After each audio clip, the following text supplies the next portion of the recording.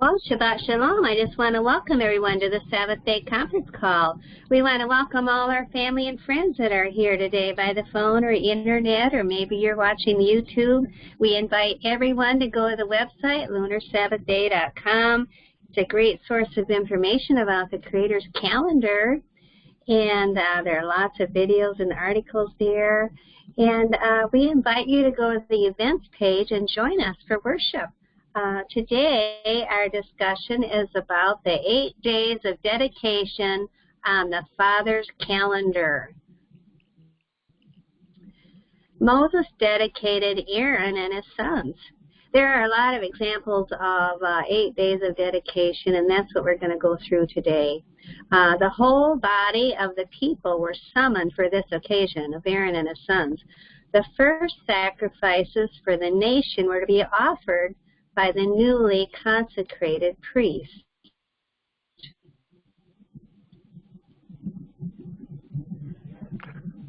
Leviticus 8, and we're going to read verses 4 through 10. And Moses did as Yahovah commanded him, and the assembly was gathered together unto the door of the tabernacle of the congregation. And Moses said unto the congregation, This is the thing which Yahovah commanded to be done. And Moses brought Aaron and his sons and washed them with water.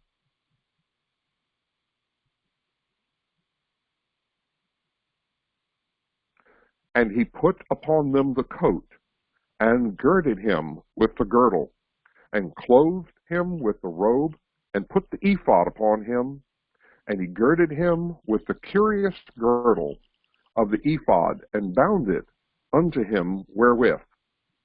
And he put the breastplate upon him also. He put on the breastplate, put in the breastplate the Urim and the Thummim. And he put the mitre upon his head, also upon the mitre, even upon his forefront, did he put the golden plate, the holy crown, as Yahovah commanded Moshe. And Moshe took the anointing oil and anointed the tabernacle and all that was therein, and sanctified them.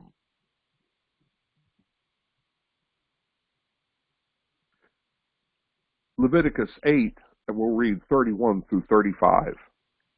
And Moshe said unto Aaron and his sons, Boil the flesh at the door of the tabernacle of the congregation, and there eat it with the bread, that is, in the basket of consecrations, as I commanded, saying, Aaron and his sons shall eat it. And that which remaineth of the flesh and of the bread shall ye burn with fire. And ye shall not go out the door of the tabernacle of the congregation in 7 days, until the days of your consecration be at an end. For 7 days shall he consecrate you. The rites of consecration were to last a whole week, and thus, like the longer of the annual festivals, were connected in an emphatic manner with the sabbatical number of the covenant. During this period, the priests were not to leave the holy precinct. And continuing in Leviticus 8:34, And he hath done this day, as he hath done this day, so Yahovah shall commanded to do, to make an atonement for you. Therefore shall ye abide at the door of the tabernacle of the congregation day and night, 7 days, and keep the charge of Yahovah, that ye die not, for so I am commanded.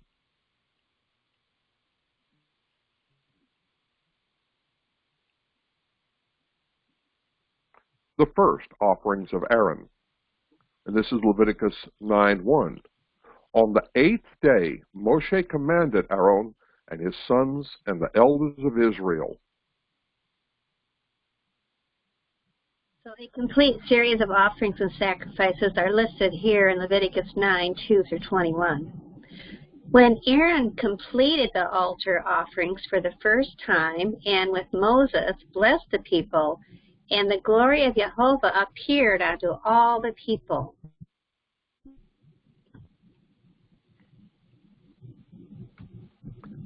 This is Leviticus 9:22 through 24.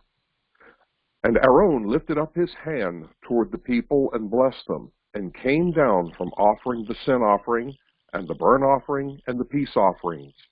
And Moshe and Aaron went into the tabernacle of the congregation, and came out and blessed the people.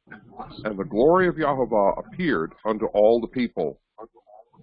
And there came a fire out from before Yahovah, and consumed upon the altar the burnt offerings and the fat, which when all the people saw, they shouted and fell on their faces. Okay, now here is the dedication of Solomon's temple.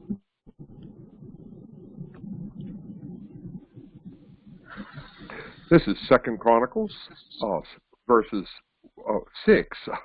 1 through 6. And then Solomon, Yahovah hath said unto that he would dwell in the thick darkness. But I have built a house of habitation for thee, and a place for thy dwelling forever. And the king turned his face and blessed the whole congregation of Israel. And all the congregation of Israel stood. And he said, Blessed be Yahovah Elohim of Israel, who hath with his hands fulfilled that which he spoke with his mouth to my father David, saying, Since that day that I brought forth my people out of the land of Egypt, I chose no city among all the tribes of Israel to build an house in, that my name might be there. Neither chose I any man to be a ruler over my people Israel. But I have chosen Jerusalem, that my name might be there, and I have chosen David to be over my people Israel.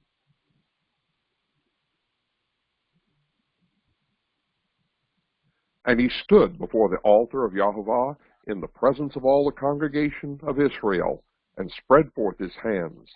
And he said, O Yahovah, Elohim of Israel, there is no God like thee in the heavens, nor in the earth, which keepeth covenant, and showeth mercy unto thy servants, that walk before thee with all their heart. Now, my Elohim, let, I beseech thee, thine eyes be open, and let thine ears be attent unto the prayer that is made in this place. Now therefore arise, O Yahovah Elohim, into thy resting place, thou and the ark of thy strength. Let thy priest, O Yahovah Elohim, be clothed with salvation, and let thy servants rejoice in goodness. O Yahovah Elohim, turn not away the face of thine anointed. Remember the mercies of David thy servant. 2 Chronicles 7, 1 through 3. Now when Solomon had made an end of praying, the fire came down from heaven and consumed the burnt offering and the sacrifices, and the glory of Jehovah filled the house. And the priests could not enter into the house of Jehovah, because the glory of Jehovah had filled Jehovah's house. And when all the children of Israel saw how the fire came down, and the glory of Jehovah upon the house, they bowed themselves with their faces to the ground upon the pavement, and worshipped, and praised Jehovah, saying, For he is good, for his mercy endureth forever. In 2 Chronicles 7, 4 through 6. Then the king and all the people offered sacrifices before Yahovah, and King Solomon offered a sacrifice of 22,000 oxen and 120,000 sheep. So the king and all the people dedicated the house of Yahweh. And the priest waited on their offices. The Levites also with instruments of music of Yahovah, which David the king had made to praise Yahovah, because his mercy endureth forever. When David praised by their ministry, and the priests sounded trumpets before them, and all Israel stood.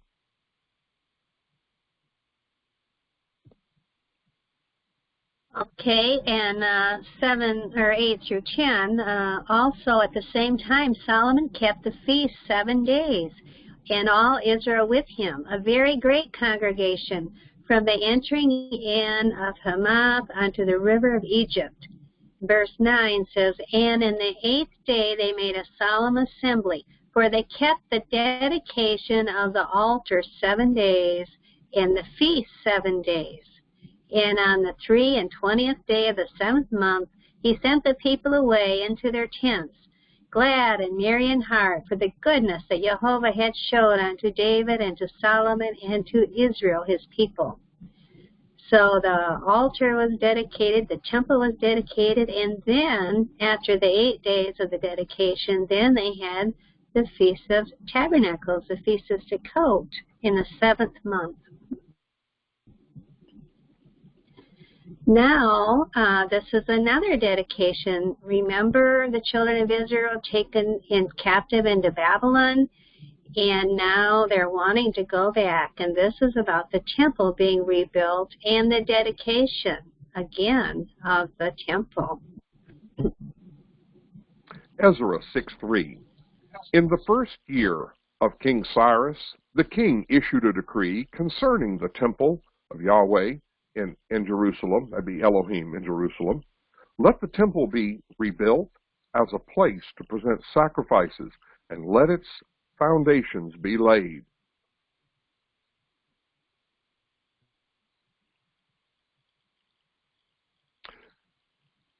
This is Ezra 6:13 through 15, completion and dedication of the temple. And then, because of the decree King Darius had sent, Tatani, governor of Euphrates, and Shethar, Bozani, and their associates carried it out with diligence. So the elders of the Jews continued to build and prosper under the preaching of Haggai the prophet and Zechariah, the descendant of Iddo. They finished building the temple according to the command of the Elohim of Israel, and the decrees of Cyrus, Darius, and Artaxerxes, kings of Persia. The temple was completed on the 3rd day of the month of Adar, in the 6th year of the reign of King Darius. And Adar is the 12th month of an ecclesiastical year on the Hebrew calendar, and that's roughly corresponding to the month of March in the Gregorian calendar. So it was finished in the 12th month, and they're going to be dedicating it on the 1st month there for Passover. This is Ezra 6:16 through 17. And then the people of Israel, the priests, the Levites, and the rest of the exiles celebrated the dedication of the house of Yahweh with joy. For the dedication of his house of Yahweh, they offered 100 bulls, 200 rams, 400 male lambs, and as a sin offering for all Israel, 12 male goats, one for each of the tribes of Israel. So all 12 tribes are represented.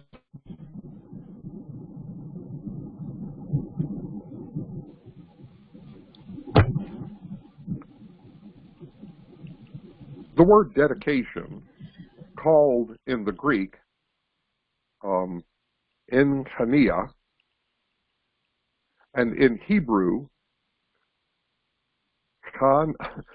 Hanukkah, the same word which gives its name to the feast of dedication, founded to commemorate the purification of the temple after the pollution of Antiochus Epiphanes, and that giving a reference here for you to look at.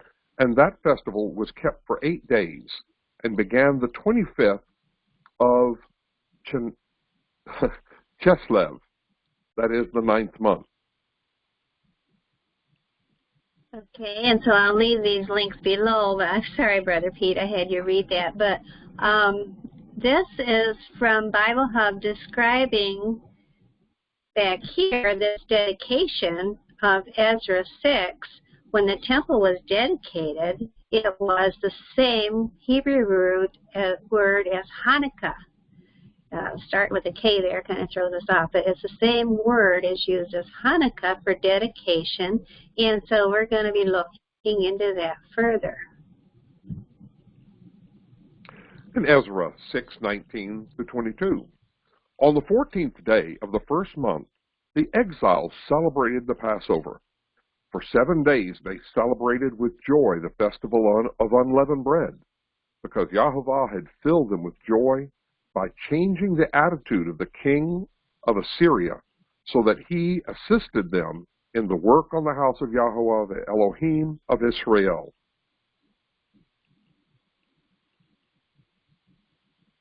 Now here is the Feast of Dedication. Hanukkah, the 8th-day Jewish celebration known as Hanukkah or Chanukah, commemorates the rededication during the 2nd century BC of the Second Temple in Jerusalem, where, according to legend, Jews had risen up against their Greek Syrian oppressors in the Maccabean revolt. Hanukkah, which means dedication in Hebrew, begins on the 25th day of Kislev on the Hebrew calendar, and that usually falls in November or December. So the history of Hanukkah, the events that inspired the Hanukkah holiday took place during a particularly turbulent phase of Jewish history. Around 200 BC, Judea, also known as the land of Israel, came under the control of Antiochus III, the Seleucid king of Syria, who allowed the Jews who lived there to continue practicing their religion. His son, Antiochus Epiphanes, proved less benevolent. Ancient sources recount that he outlawed the Jewish religion and ordered the Jews to worship Greek gods. In 168 BC, his soldiers descended upon Jerusalem, massacring thousands of people and desecrating the city's holy Second Temple by erecting an altar to Zeus and sacrificing pigs within its sacred walls.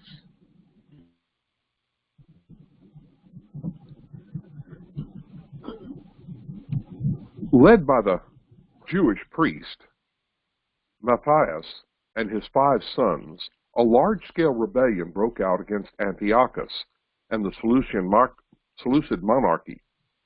When Matthias died in 166 BC, his son Judah, known as Judas Maccabeus, the Hammer, took the helm. Within 2 years, the Jews had successfully driven the Syrians out of Jerusalem, relying largely on guerrilla warfare tactics. Judah called on his followers to cleanse the Second Temple, rebuilt its altar, and light its menorah, the golden candelabra, whose 7 branches represent knowledge and creation, and were meant to be kept burning every night. Even though there was only enough untainted olive oil to keep the menorah candles burning for a single day, the flames continued flickering for 8 nights, leaving them time to find a fresh supply. So for 8 days they celebrated the rededication of the altar. It had to be cleansed. It had the awful pig's blood on it, and terrible things had happened there in the temple. So while the part of the story concerning the oil is disputed, it is the traditionally accepted view. The apocryphal books known as First Maccabees and Second Maccabees record other versions of the origin of the 8 days of Hanukkah. Neither of them mentions the miracle of the oil. And so First Maccabees reads that for 8 days they celebrated the rededication of the altar. Then Judah and his brothers and the entire congregation of Israel decreed that the days of the rededication should be observed every year for 8 days. First Maccabees 4:56-59. Second Maccabees says simply, the Jews celebrated joyfully for 8 days as on the Feast of Booths or Sukkot. And this would have been, a month or two after Tabernacles would have been able to be celebrated if they'd been able to keep their feast. So yeah, it was kind of like a late Sukkot too, but they kept it for 8 days, and the altar was rededicated.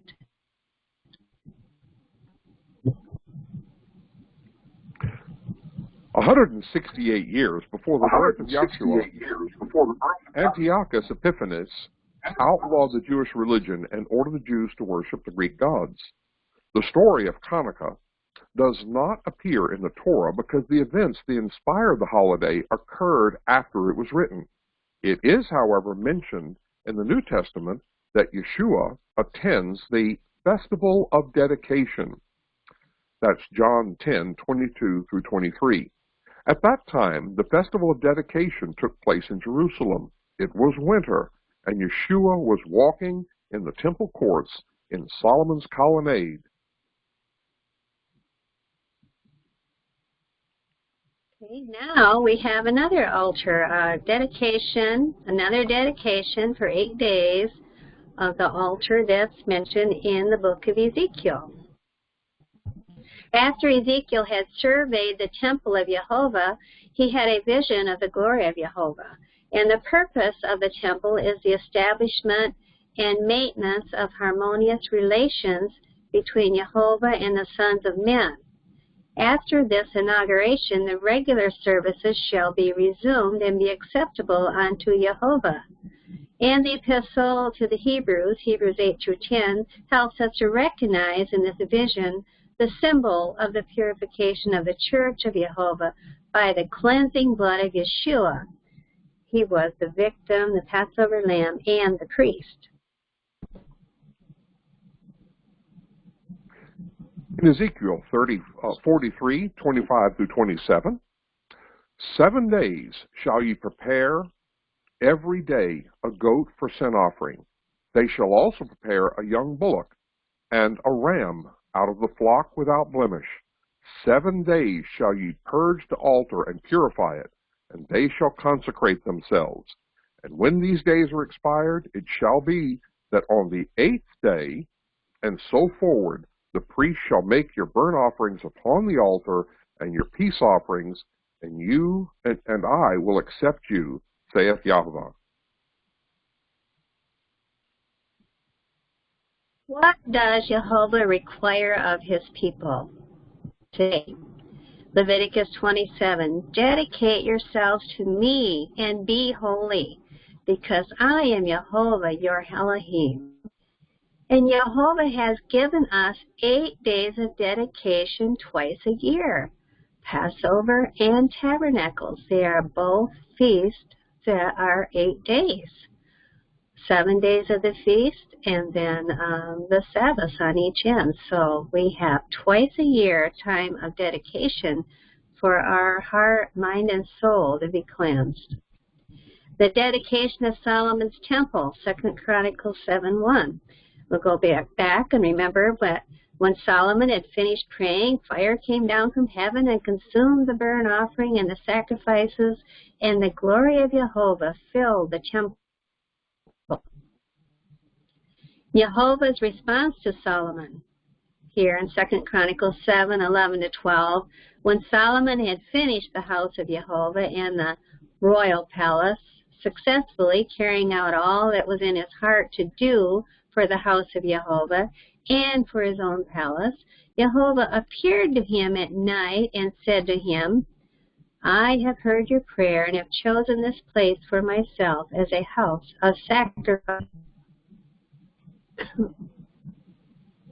In 2 Chronicles 7:14, and if my people who are called by my name humble themselves and pray and seek my face and turn from their wicked ways, then I will hear from heaven and forgive their sin and heal their land.